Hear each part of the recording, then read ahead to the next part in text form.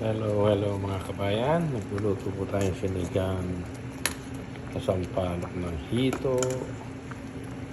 Hito po malaki yan. At saka bigyan po natin ng konting labanos at saka hipon.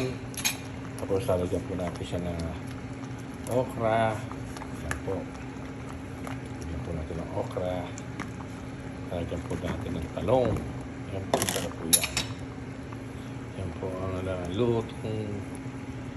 lutong probinsya, Baliwag.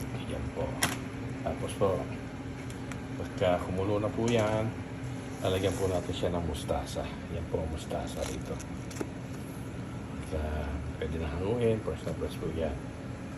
Yan po. Okay. Masarap po yan. May hipon at saka itong hito.